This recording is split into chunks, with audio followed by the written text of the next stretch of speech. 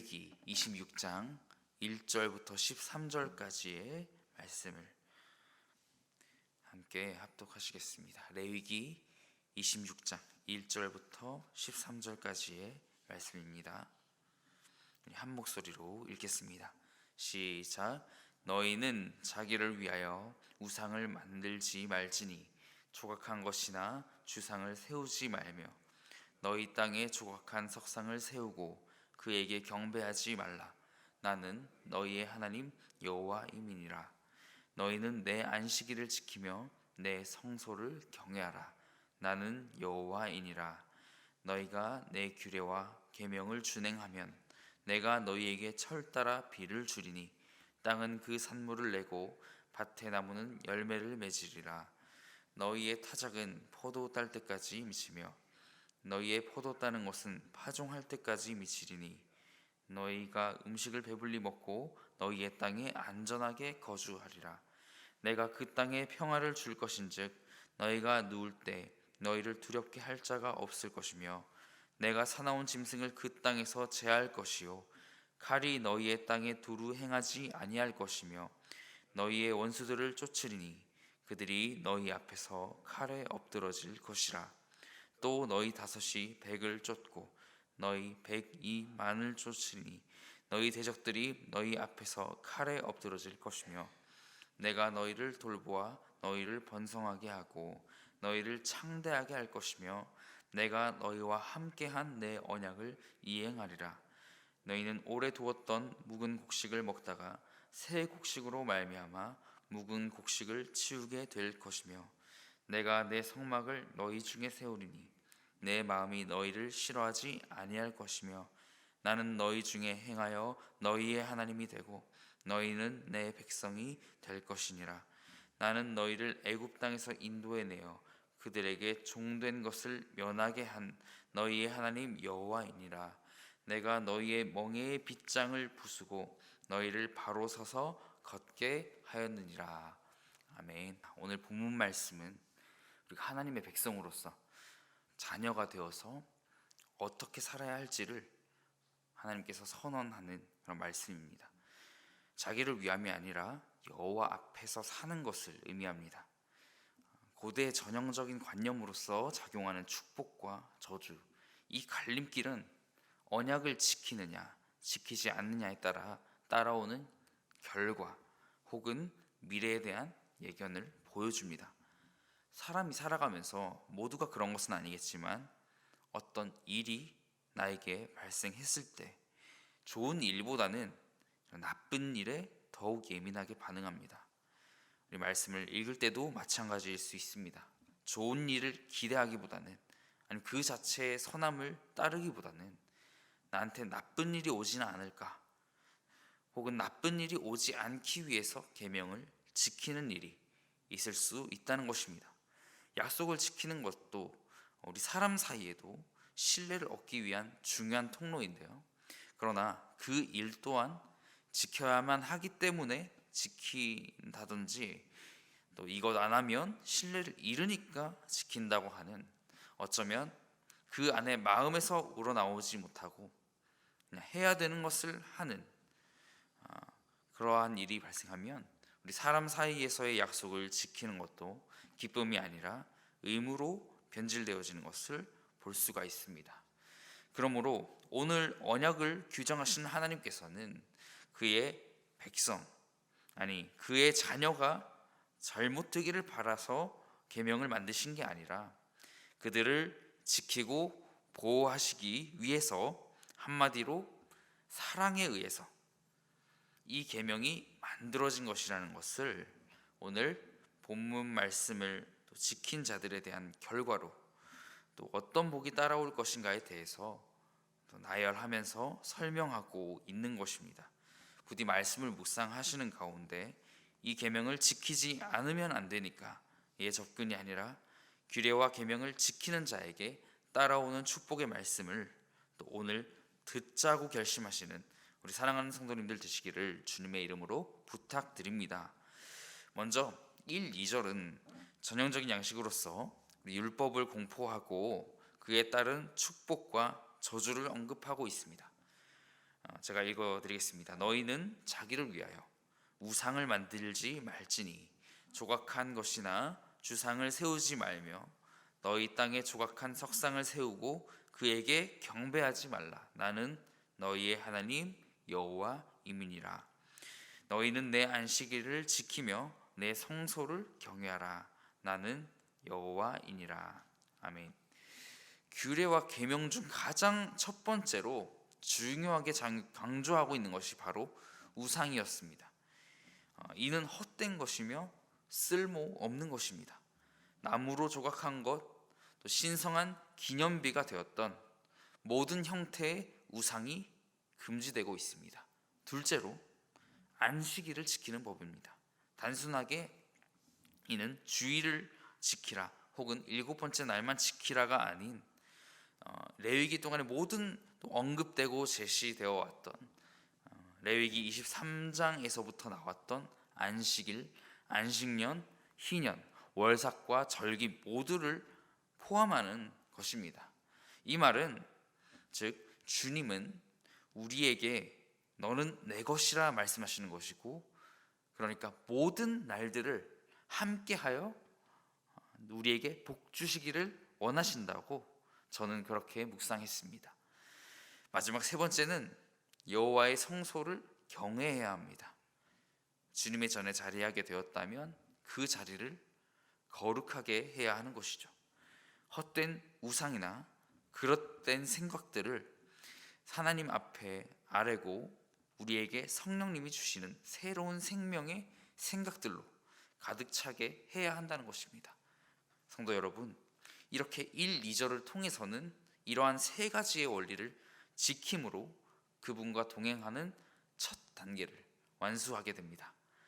이것이 끝이 아닙니다. 3절, 13절은 이렇게 여호와 앞에 사는 백성에게 어떤 복을 주실 것인가에 대한 그 설명을 하고 있습니다. 앞서 말씀드렸듯이 규례와 계명을 준수하는 것은 무엇입니까? 우리 1, 2절 말씀처럼 오직 여호와만 경외하는 것입니다. 3절은 그야말로 조건절이라고 할 수 있는데요, 만일 이스라엘 백성들이 하나님의 규례와 계명을 준행하면 어떻게 된다는 것입니까? 내가 약속한 대로, 하나님께서 약속하신 대로 이 약속되어 있는 이 복을 너에게 주겠다라고 말씀하는 겁니다. 준행한다는 것은요, 우리 걸음과도 관련이 있습니다. 걷다 혹은 살다입니다. 우리 하나님의 말씀을 들었다면 어떻게 해야 합니까? 지속적으로, 어려움이 온다 할지라도 지속적으로 순종하며 산다는 것입니다. 이것은 지금까지 내가 바꾸기 어려웠던 것들이 있어요. 예를 들어서 힘든 삶의 습관들이 있습니다. 그것을 바꾸기 힘들다 할지라도 우리 하나님께서 말씀하셨을 때 이 말씀대로 사는 것이 내가 지금까지 살아왔던 삶과는 정반대의 삶을 이야기하고 계신다면, 그렇게 명령하고 계신다면 우리가 바꾸어야 한다는 것이죠. 여러분에게 이러한 변화가 있다면 얼마나 놀라운 일이겠습니까? 결국에는 하나님은 돌보시는 하나님으로서 내가 복주리라, 내가 너희를 향하리라, 내가 너희가 어렵지 않게 돌보리라 라고 말씀하고 계십니다. 그러므로 우리는 말씀을 들었다면 우리 안에 반드시 변화가 있어야 합니다. 그 말씀에 무게를 두고 규례와 계명을 따르는 삶은 어떤 삶일까요? 그들의 삶을 지키시는 하나님을 믿는 것입니다. 당시 농사를 지었던 고대 근동에서의 중요하게 작용한, 또 철을 따라 비를 내려주시는 복, 그들에게는 삶 전체와도 연결되어 있는, 당장 하루가 연결되어 있는 이 복을, 이를 모두 하나도 빠짐없이 세밀히 돌보실 것이라는 그 약속을 믿는 삶이었던 것입니다. 어쩌면 이는 1차적인 복입니다. 내가 너희를 살아가게 해주겠다. 그것도 어떻게 해요? 풍족히, 풍요롭게 살게 할 것이다. 이 말씀을 지키면 또 무엇입니까? 이스라엘 백성에게는 이 삶의 터전을 가꾸는 것도 중요했지만 결국 이 삶을 빼앗길 수 있는 그런 외부의 적에 대한 염려가 있었습니다. 바로 이방인들의 침입과 탈취라는 그 위협이라는 이 불안함을 하나님을 의지하지 않고서는 이겨낼 수 없었을 것입니다. 6절입니다. 평화를 주실 것을 약속하신 것입니다. 이러한 위협으로부터 지키시고 평화로운 삶을 약속하실 것이다. 그들의 한계를 아신 하나님은 그를 기억하고 경외할 때 그들과 함께 하겠다고 약속하셨습니다. 어쩌면 우리 세상에 물질로서만 존재할 것 같은 자본주의나 물질 만능주의 속에서 우리는 어떤 불안함을 가지고 있나요? 그 불안함은 말로 하지 않아도 알 수 있습니다.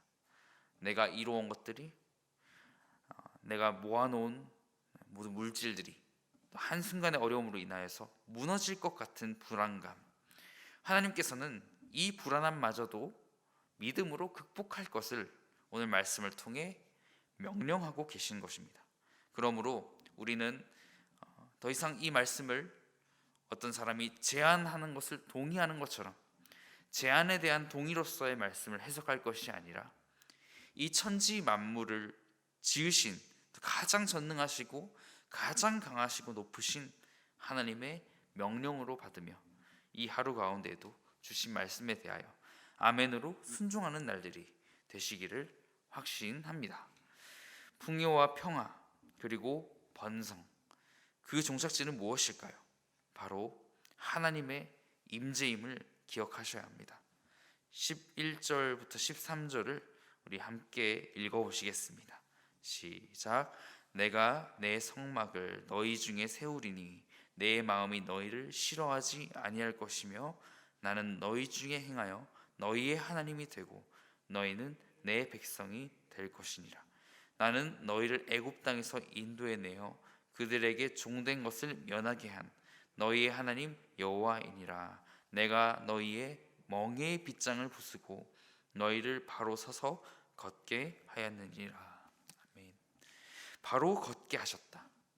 걸음을 다시 기억해 주십시오. 준행한다는 것, 걸어가는 것, 우리 살아가는 것, 바로 이 말씀 안에서 걷는 자들과 함께 하나님 동행하실 것이다 라고 말씀을 하십니다. 우리가 때로는 1차적인 복 때문에 하나님께 기도합니다. 1차적인 복 때문에 하나님께 예배합니다.